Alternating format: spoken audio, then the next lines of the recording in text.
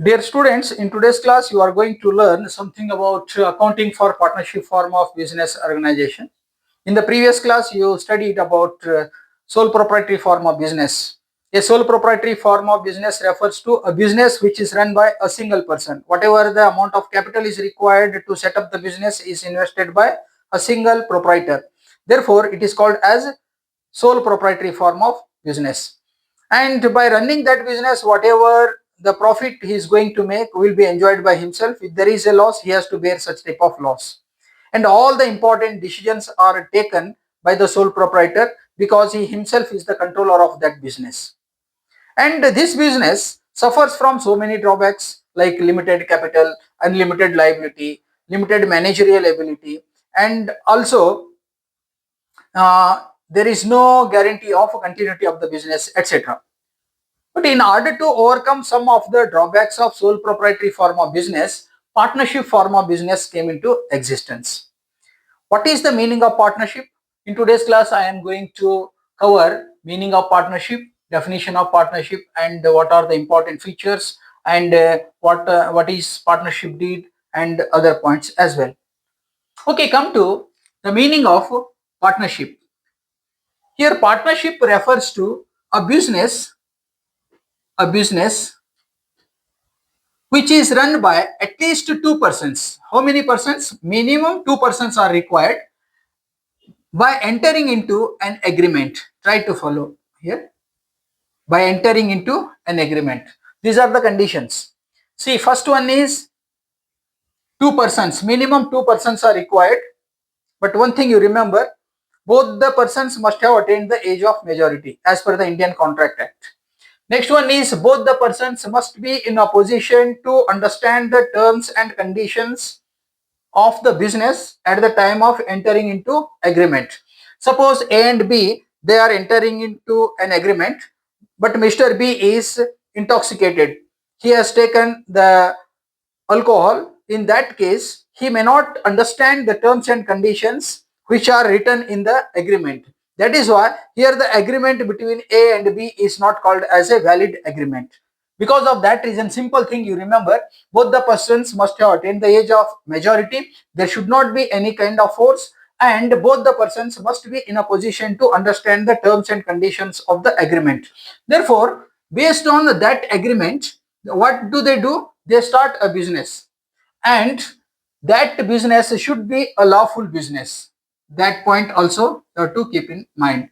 That business should be a lawful business. After running that business, whatever profit they are going to make, that profit will be shared between these partners in the agreed ratio.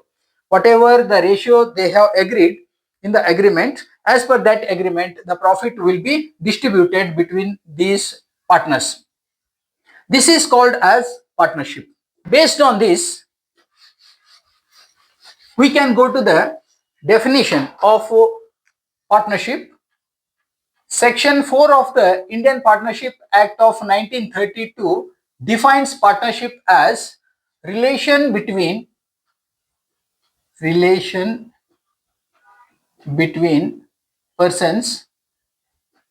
relation between persons who have agreed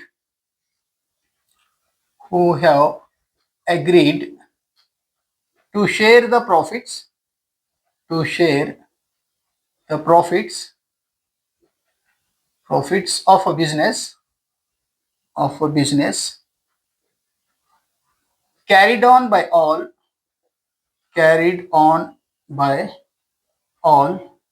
or any of them acting for all. Try to understand this simple definition. What the definition says here, according to section 4 of the Indian Partnership Act of 1932, defines the partnership like this: relation between persons who have agreed. Just you see here, agreement is very important point here. Agreement is must. If there is no agreement, there is no partnership. Relation between persons who have agreed to share the profits. Here loss is implied. if loss is there, that loss should also be borne by all the partners in the agreed ratio. That is different thing. But here in the definition, it is clearly mentioned that there should be an agreement between the persons, and that agreement is to share the profit or loss of the business. But here only profit is mentioned, means loss is implied. And profits of what? Of a business. Here business is must. If the agreement is there to run a business, then only it is called as partnership. Suppose A and B, two persons are there and they are planning to purchase one particular building by investing rupees 50 lakhs. Now they will become co-owners, but it is not partnership. Mr. A will also become the partner. Mr. A will also become the owner of that property. B will also become the owner of that property. Therefore, they become co-owners, not partners. But in order to call them as partners, business is must. If they are doing a real estate business, suppose they have purchased this building with the intention of selling the same at a profit, for that they have invested the amount. Now we can call them as partners of that real estate business. Here next important point of the definition is that business must be carried on by all or any of them acting for all. As per the Partnership Act of 1932, a partnership business can be controlled by all the partners, because here partners are investing the amount of capital to run the business. They become the owners of the business. Because of that reason, they can take active participation in all the activities of that business. That is why here the business can be carried on by all. All the partners are the owners. They can take active participation. They can control the business. They can carry on the business. Okay, try to understand here. Share the profits of a business carried on by all or any of them acting for all. What is the meaning of this? The partnership business can be run by all the partners, means all the partners can take active participation in the business. As per the Partnership Act of 1932, since the partners are all the owners, they can take active participation, they can take all the important decisions of the business. But here, even if one partner controls the partnership business, but whatever decisions he is going to take, such decisions are going to affect not only that partner who is taking the decision, but also to other partners as well. That is why here business can either be run by few partners or can be run by all the partners.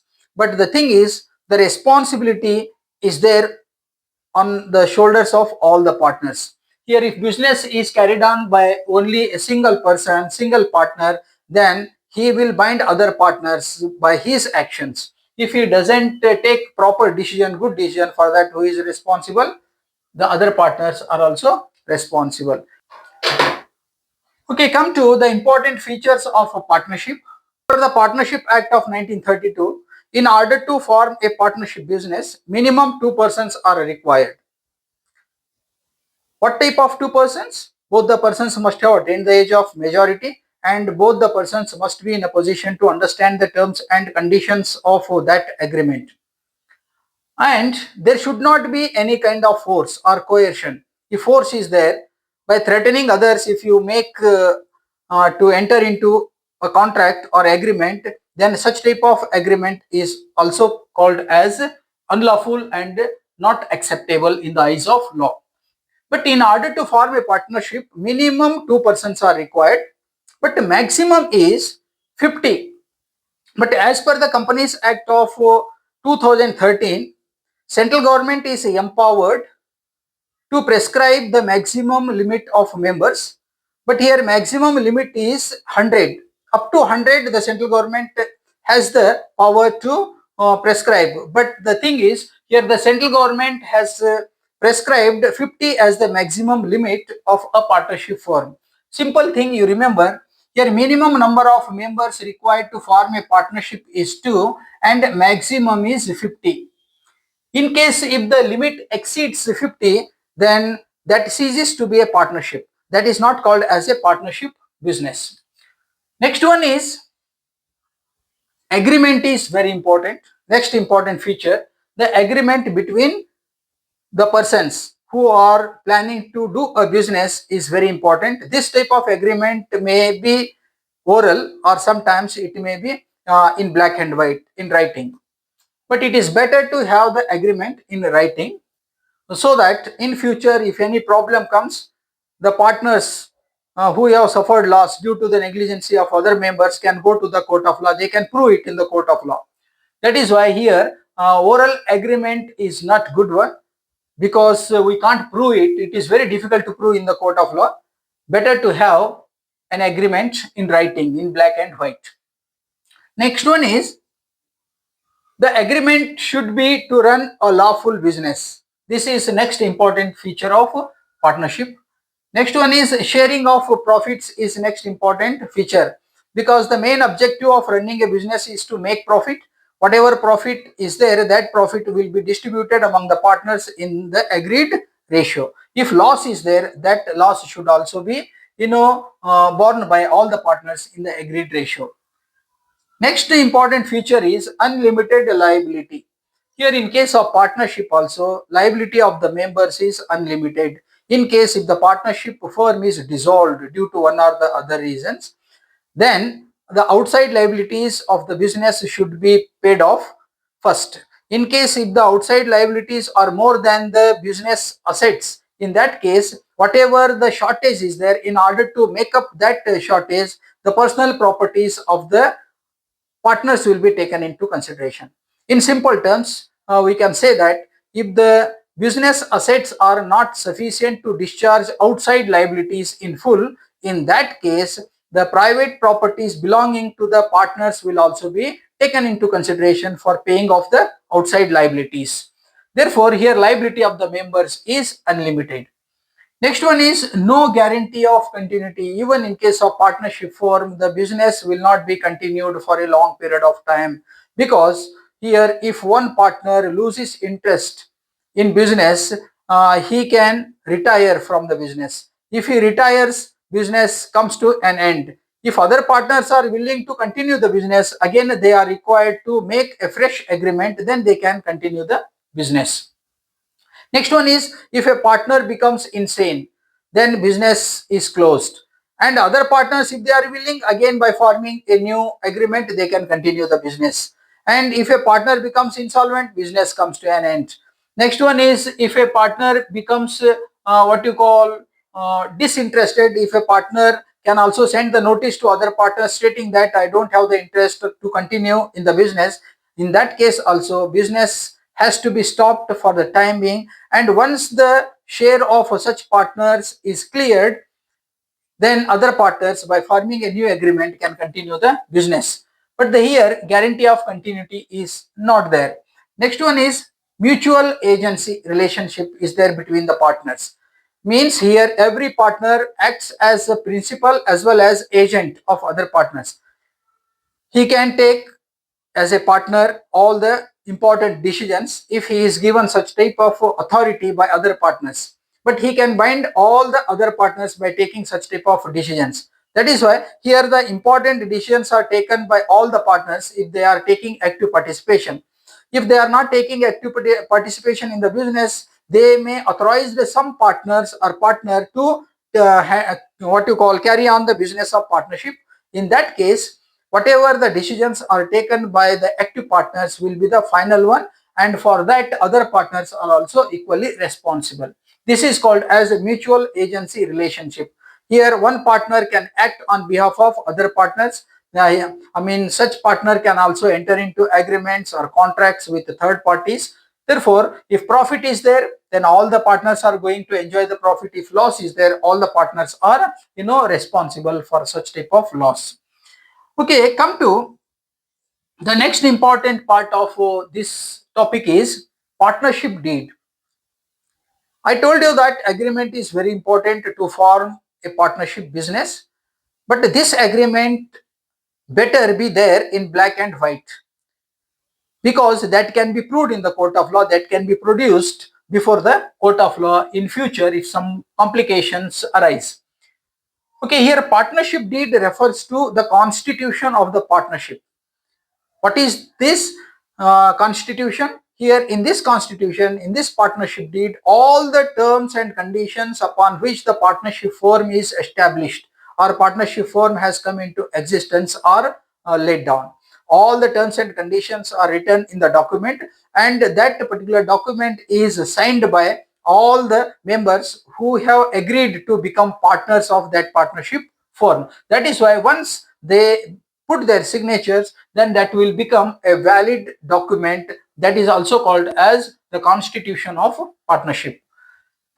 And what are the important contents of that partnership deed or constitution of partnership? Main contents are here, it includes the name of the partnership, objectives of the partnership firm. Next one is names and addresses of partners and how much capital they are going to invest. Next one is what is their profit and sharing ratio. Next one is settlement of accounts at the time of retirement, at the time of dissolution of partnership firm, or at the time of insolvency of the firm. How to settle the books of accounts will also be there in the partnership deed. It includes about the interest on capital. Next one is remuneration, if any, to be given to the partners. Then with regard to the drawings limit, etc. Here it includes each and every important what you call rule which is required for the smooth conduct of the business in future. Therefore, all the terms and conditions are written in that document, and that document is signed by all the partners. That is called as a partnership deed. And here some important provisions are there of the Partnership Act. You see here profit sharing ratio. Try to remember here. Assume partnership deed is silent with regard to the profit sharing ratio. It means profit sharing ratio is not mentioned in the partnership deed, means all the partners as per the Partnership Act of 1932 have to distribute that profit or loss in equal ratio. That is why even if the profit sharing ratio is not mentioned in the partnership deed, then we have to assume that the profit sharing ratio is equal. This is one of the provisions of the Partnership Act. Next one is no partner is entitled to get interest on capital. In case if the interest on capital which is to be given to the partners is mentioned in the partnership deed, then that partner can claim that amount of interest. But the thing is, if the interest on capital is not mentioned in the partnership deed, means here no partner is entitled to get interest on capital.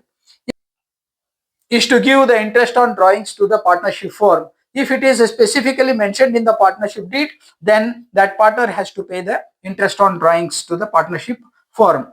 In the similar way, no partner is entitled to get remuneration from the partnership firm. If any remuneration is fixed by other partners, if it is mentioned in the partnership deed, then that partner can claim the remuneration. If the partnership deed is silent with regard to this one, then such partners are not entitled to get any kind of remuneration. Next one is interest on loan.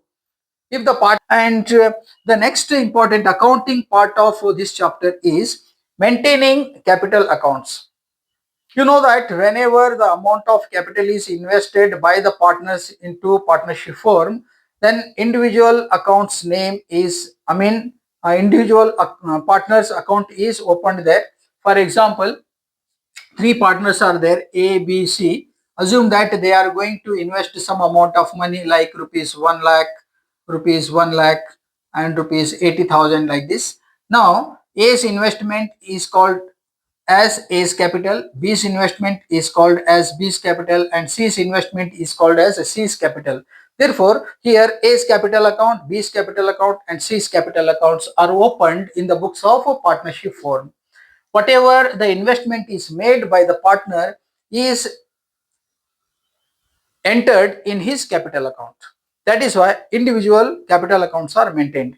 But here, very simple thing. In the capital account, amount invested by the partner is shown, but other adjustments like interest on drawings, salary, commission, then what else, interest on capital, profit, etc. These adjustments will not be made in the capital account. For that, a separate account will be opened. That account is called as current account. Try to understand here.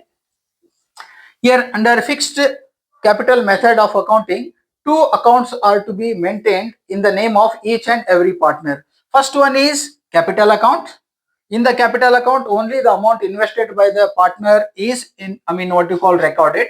And one more account in the name of partner is opened, that is called as current account. In this current account, all the other adjustments other than the capital are made. For example, here share of profit or loss is entered in current account, not in capital account.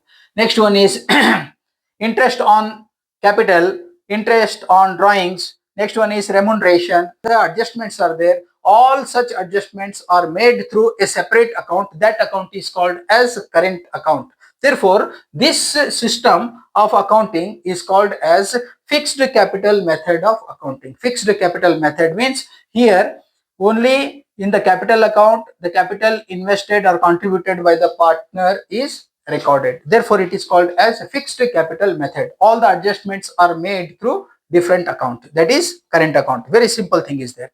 Next one is fluctuating capital method. What is the meaning of fluctuating capital method? As the name itself indicates, the capital invested by the partner fluctuates because of the adjustments. It clearly shows that all the adjustments are made through the capital account. I told you that here A, B, C, three partners are there. Here A's capital account is showing the credit balance of rupees 1 lakh, and B's capital account is showing rupees 1 lakh, and C's capital account is showing rupees 80,000. But here when the adjustments with regard to share of profit or loss, interest on capital, interest on drawings, remuneration, etc. are also made through the capital accounts, then this capital will change. Therefore, it is called as a fluctuating capital. You see, this part I am going to explain in detail in the next session. Okay, I hope you understood the concept.